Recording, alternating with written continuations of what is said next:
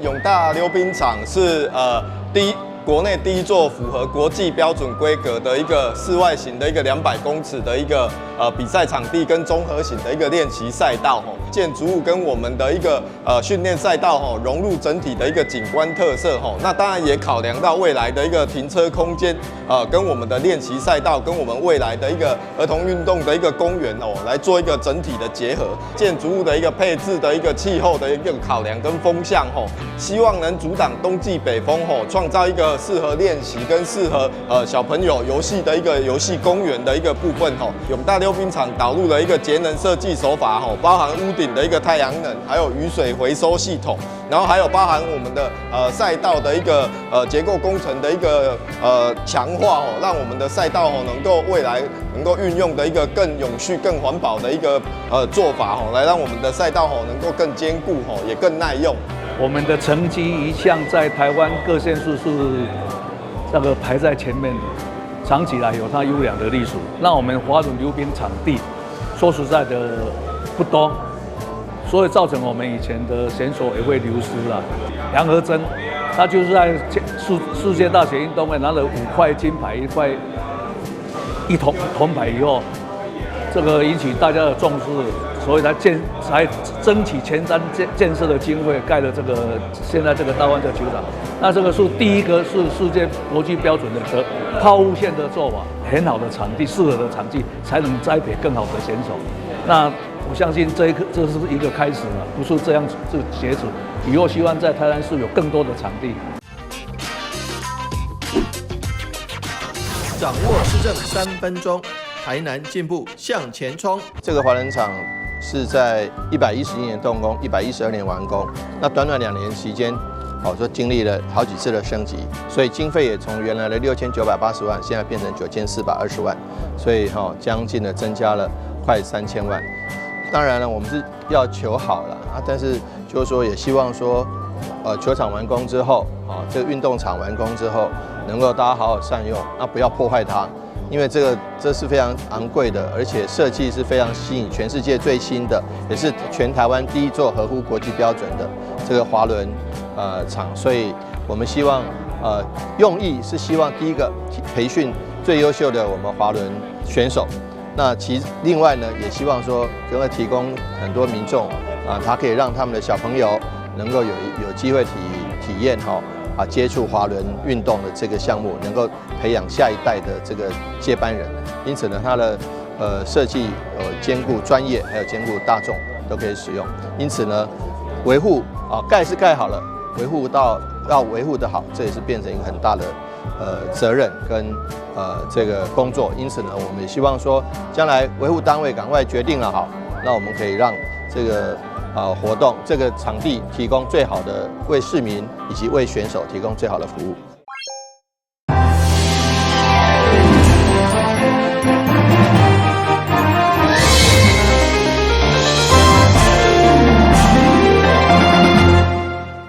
大家好，我是杨顺怀，欢迎收看11月3号礼拜5的中嘉台南地方新闻。咱先来关心台南市会定期会。市员陈坤和投入这次第2选区立委选举，伫市政蒋志顺为阳春地带艺文中心，到底是为虾米人先争取的？到台南重大交通建设，是毋是重南轻北？甲市长引发一波论战。议员陈坤和市政蒋志顺首先以着阳春地带艺文中心的争取，记了真侪过去志顺的资料带，包括伊对2019年。伫个议会质询就提出，一直到112年的9月27日，询问文化局长当时要来动工，议员批评现在竟然沦为政治的操作，相当的不满。刚说的国土计划书台南市版还没有送中央核定，你可以把我们台南市的很多的农地，借由国土计划法送中央。把说我们这边保留文化设施用地、机关用地，现在的土地你都已经变好。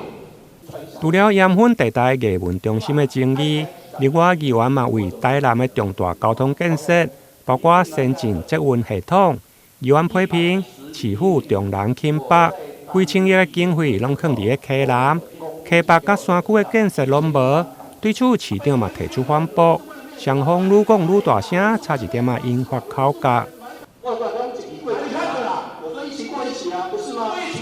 50都不到西北，4200多亿都没有在西北，什么都没有。你有什么秉住？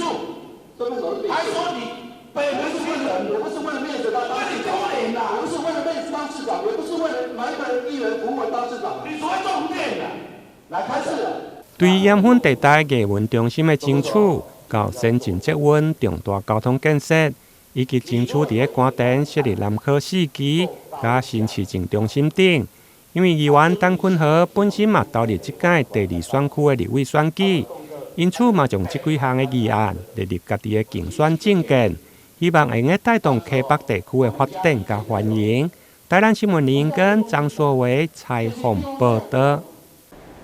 台南市宜宾里活动中心为赖清德市长时代原本要作为大台南智慧交通中心，经过议员林美燕争取，市府总算愿意让出100平的空间，让活动中心转去到原本的所在。因此，上午透过市政蒋志顺，由里长带李明到议会向市府表示感谢。议员林美燕伫今年的6月21日。带着宜宾里的里长甲李明到议会，向着市长黄伟提来申请，希望会用争取里活动中心，会用转来原来的地点位置。经过努力，无到半年，市府嘛愿意移拨大台南智慧交通中心的1楼，大约100平的空间，作为宜宾里活动中心来使用。预计11月底交由里长甲李明使用。我们什么时候才能拿到钥匙？这部分要不要摕到啊？无，迄个这地点已经确定，迄2个空间没有人使用嘛。来，就是阮要感谢交通局的部分，因为市长有指示，就是讲冷气的部分，伊唔免讲搬，唔免讲拆来，还佫装新的，所以拢市府拢共一体。来倒啦吼，因有需要的，迄个交通局有那留落互因，所以因现有的设备。来佫内底啦吼，有几条设备，电话啦、卡拉 OK 啦吼。譬如即个应该爱里活动中心应该有设备，市长那有交代讲爱来设法。所以我们里面设备你还会一笔钱当我们。这没问题，这个我会请区公所跟那个蔡里长吼，大家因为这个议题大家拢关心啦，所以我嘛希望讲，互里面尽速有一个做好的迄个活动中心当使用。11月底。就是把钥匙交给我们嘛，这没问题。正山议员林美燕嘛，借由这届市府举办全国运动会以后，检讨台南运动场馆的确实，以皮克球协会为例，因为长期借用富平公园的皮克球场，虽然进前干务局有做地皮的整修，但后续的球台、看台周边嘛应该进行规划。对此，市府嘛回应会来活化。台南新闻林跟张硕伟采访报道。议员余柱清伫市政蒋志顺主要关心地方建设，为争取亲子幼幼馆以及新华旧果菜市场兴建综合机关，到风情小镇兴建进度，一一提出甲市府做探讨。同时也为图书馆人力配置严重不足，为图书馆人员清明。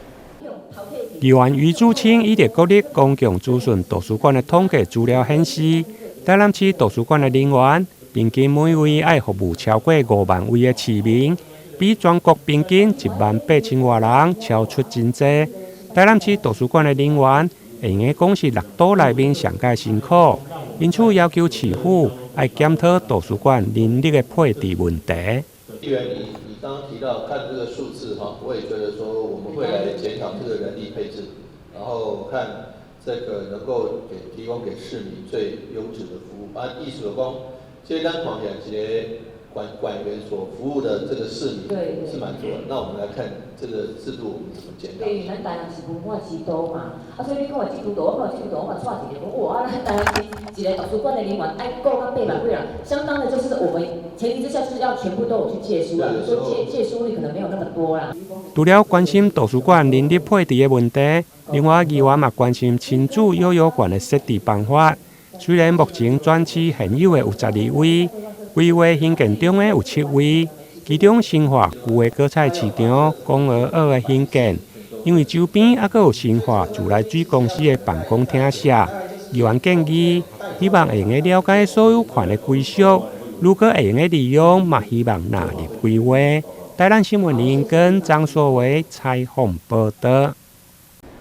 台南市先前伫基美甲新大病院2路口试办紧急车辆优先号志，当救护车接近病院的时阵，路口号志全面变成车顶通行。即马阁开1600万的经费，扩大使用到台南市立安南病院周边的10个路口，替患者争取就治时间。紧急救护车辆优先号志系统是台南市伫2020年首次运用车路联网技术，让路口号志变换灯号，以利救护车辆通行。第一期只伫咧基美新大病院附近路口设置，第二期伫安南病院周边增加10个路口。今年的计划，我们特别要求厂商要跟第一期的计划来相容。那建制完成之后，救护车辆在这10处路口通行呢，都会及时的跟路侧的号志来做连线跟通知。那如果到达的时候是红灯，那就会这个提早结束红灯，转为绿灯，让它前面的车流可以疏解，要让救护车可以优先来通过路口。那如果到达的时候快要变成了红灯，那我们会把绿灯来延长。透过智慧科技控制路口号志，会当提早疏解救护车前方的车辆。交通局表示，系统建制以来，统计救护车到病院的时间减少40秒，增加患者4%到7%的生存几率。不要小看了这40秒，往往是生跟死一线的距离。而且就算是救活了，如果多了40秒，他们讲他预后的状况也比较差。譬如说他心肌梗塞啦，或脑中风，其实他就算救活了，但是他恢复正常的智能，其实坦白都会受影响。因此呢，我觉得这个部分的既然实施状况是很好，然后而且是有效的抢救了人命，维护了民众的健康。为着让沿路人提早知影救护车会往倒一个方向接近路口，交通局特别伫安和路以及中和路口试办建置动态警示标志，显示救护车到路口的方向，提升救护效率。台南新闻孙怀采访报道。咱先休困一下，马上转来新闻现场。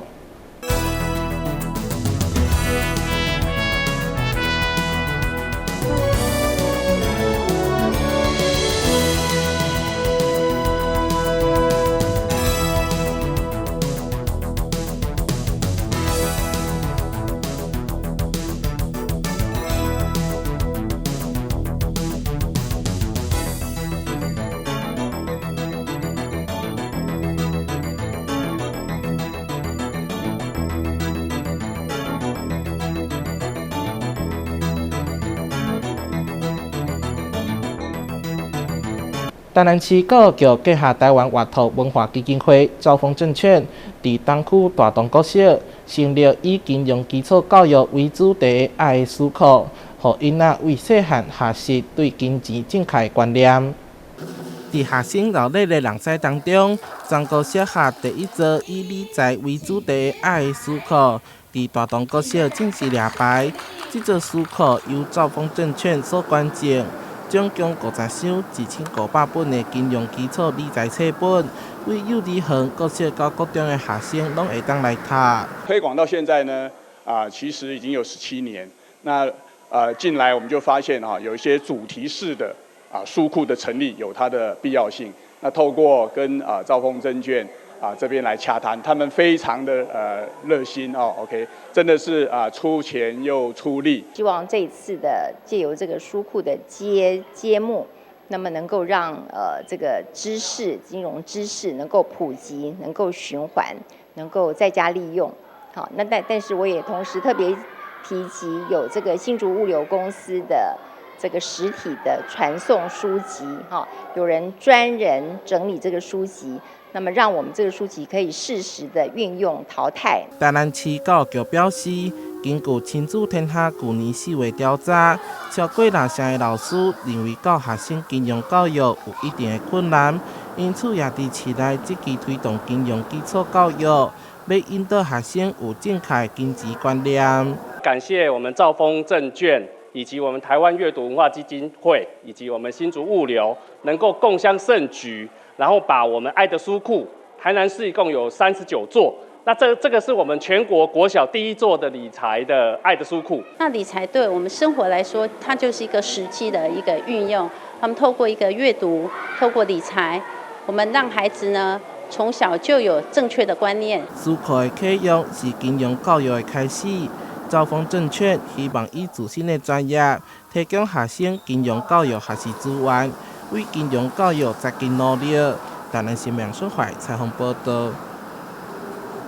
韩国女团 BLACKPINK、英国天团 Coldplay、红发爱德先后来到高雄开演唱会，除了去领调带动观光以外，对恩国的行为也让市府再次重发。韩国天团 BLACKPINK 在3月站上高雄国家体育场，如今世界级明星 Coldplay 以及红发爱德也即将席卷高雄。Hey, I'm coming over to see you all at the Kaohsiung National Stadium in February 2024, and I can't wait to be back. 一波又一波的顶级明星演唱会为高雄带来无限商机，在今年上半年内就带来超过10亿的产值，开启高雄的演唱会元年。我想这几场对我们高雄的整体演唱会经济的消费都有很大的提升跟注意，尤其是在我们周边的观光住宿，还有我们的商圈经济都对我们有很大的提升。整个上半年在整个37场的演唱会运作下来，我们吸引了大概是3.2亿的整个观光效应。那整个商圈夜市优惠券其实整个带动了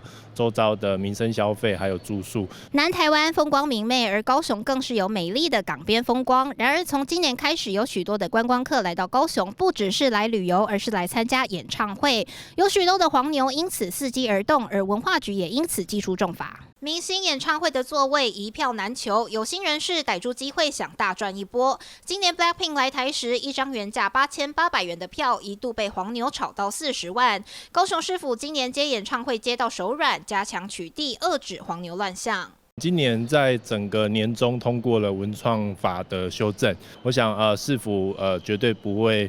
轻易的让这些黄牛可以随意的哄抬价格。那我们近期也已经陆续做出开罚的动作，已经有开罚的6件，那总共查到44案，目前这整体的开罚金额已经到了30万，那我想后续这38件我们会依照每个案子的票价金额来做累计。高雄抓住演唱会商机，迎来数以万计的观光人潮。高雄市政府为了给旅客好的体验，针对高雄的美食与旅游计划一系列的活动。我们也会持续的来推商圈夜市的那个优惠券，会跟文化局会跟经发局来密切的配合，然后也是希望说来到高雄玩的这些演唱会的歌迷朋友，可以利用这1-2天的时间提前延后来高雄，增加这个周边的消费。高雄巨蛋国家体育场在后疫情时代更加星光璀璨，各国明星将眼光放到台湾，选择高雄，也为在地的文创和观光业带入产值惊人的偶像商机。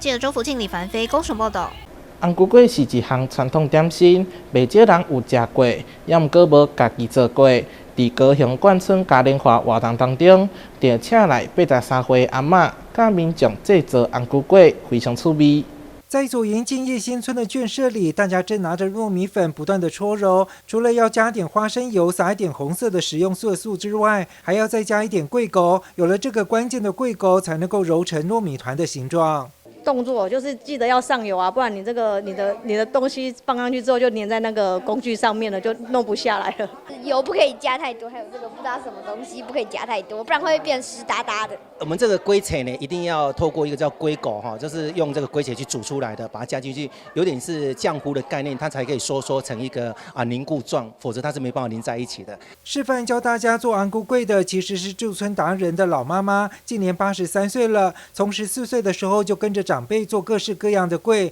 因为红菇粿是一个很传统的点心，在眷村老房子里做怀旧美食特别有味道。含阮老母学的，阮遐做事人吼，拢新明生日爱做粿，大家厝边头尾烧送，大家食安。所以我们在眷村选择这个活动，是因为比较传统的这种的米食文化，也配合这一次的眷村嘉年华会，让大家重拾在台湾生活的这种古早的风情。我觉得在眷村呢来设计这种活动，也是非常让大家可以重回这种时光。因为小时候常常看到阿嬷在做炊粿或者是藕粿条什么的，可是因为小时候就是只顾着吃，都没有去学。对啊，所以现在来体验一下这样子。我觉得对我们这台湾的文化，然后因为食会跟记忆结合在一起嘛，那他们有自己动手的记忆，然后吃的记忆会更加深刻，所以我觉得这活动非常的棒，所以带他们来参加。红红的糯米团揉好之后，分成3等份，就可以包入红豆馅，接着放进上了油的樟木模具里，轻轻按压，就会印出乌龟的形状，放进蒸笼里蒸熟就可以吃了。不少民众有吃过安菇粿，没有自己动手做过，觉得是一个很特别的体验。都很漂亮，跟我一样漂亮。这是我们做的。觉得怎么样？打几分？70分而已。对，继续努力。很新鲜，他也觉得很好玩。哦，所以刚刚他有帮什么忙吗？这边几乎都是他自己做的。我觉得我做的很好。很好，打几分？10分。尤其是在扫墓的时候呢，用的特别多啊。那一般呢，比方说啊，我们在扫墓的时候呢，连续呢要有扫3年的时候，一定要用到这个安菇粿，或者是你家人有这个迎娶的时候用这个安菇粿。所以安菇粿呢，在我们传统的农业社会里面呢，用的特别的多哈。在国宝级的阿嬷手把手的教导之下，大家都学会了自己动手做安菇粿。红色讨喜又象征长寿的安菇粿，为高雄眷村嘉年华活动增添怀旧风味。记者王仲凯、赖昌邦高雄报道。松山社区大学甲台湾厚道社会服务联合会举办丹路下晡茶活动，由安康高中第9班学生担任服务员，为人客点餐送饮料点心，透过一场体验，让心智障碍者会当多多接触社会。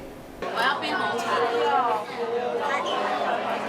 特教班学生来到桌边询问客人要喝什么饮料，接着到餐台前拿取饮料及甜点，再送到客人面前。由台湾厚道社会服务联合会发起每月1次的等路下午茶活动，这回由泛美国际文教基金会以及松山社区大学号召100位社大学员与恩友堂教会为心智障碍者加油打气。其实以来就是说，我们当然希望能够帮助这些身心障碍的朋友们呢，在做公益的同时呢，让大家能够去接受他们。所以我们每次安排的活动并不一样。那今年呢比较特别，那其实呢现场也是有很多表演的部分，因为其实他们在表演上还是可以的。那我们今天呢就是很期望，就是说能跟他们大家一起互动，然后度过一个非常愉快的下午。然后最重要是要增进他们的自信。还有他们的信心，然后让他们感觉到说，他们其实是很多人给他很多温暖的。对，那像这么有意义的活动，我们陈氏小姐还有我们所有的这个基金会的工作人员，还是会持续的继续支持。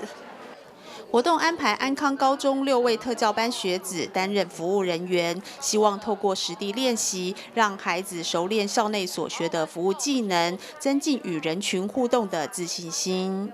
我们今天有6位同学一起过来。那因为今天是假日嘛，那在假日有时候家长的安排上面会有他的困难，所以我们呢就是去跟家长讨论之后，也请了3位老师过来，然后陪着学生，有6位学生能够参加，让他们有这个机会来参加这个活动。在特殊教育有关教育部的设定的课程政策上面来讲。安康高中我们的特教班是属于高中阶段的，所以他们在职业练习上面呢是有包括校内的练习跟校外的练习。那我们这一次就是特别让我们的孩子们在职业练习上面能够接触到校外一些职业的训练。那我们期待他们未来在离开学校之后，他们能够有一份正职的工作，让他们也能够养活他自己，也能够照顾他的家庭。3位刚获选为陈氏小姐的佳丽也前来参加意义非凡的等路下午茶活动，用行动力挺公益。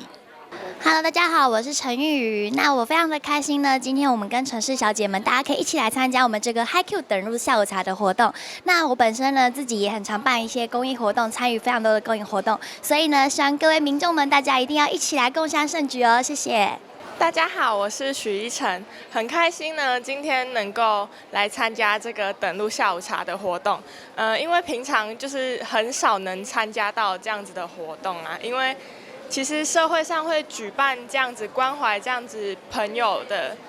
其实就是不多啦，所以很开心能来参加这个活动，也希望这个活动能持续办下去。谢谢。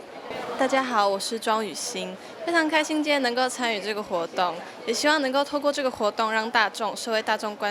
能够关注到这些朋友，然后希望透过这个活动能够增加他们的自信心。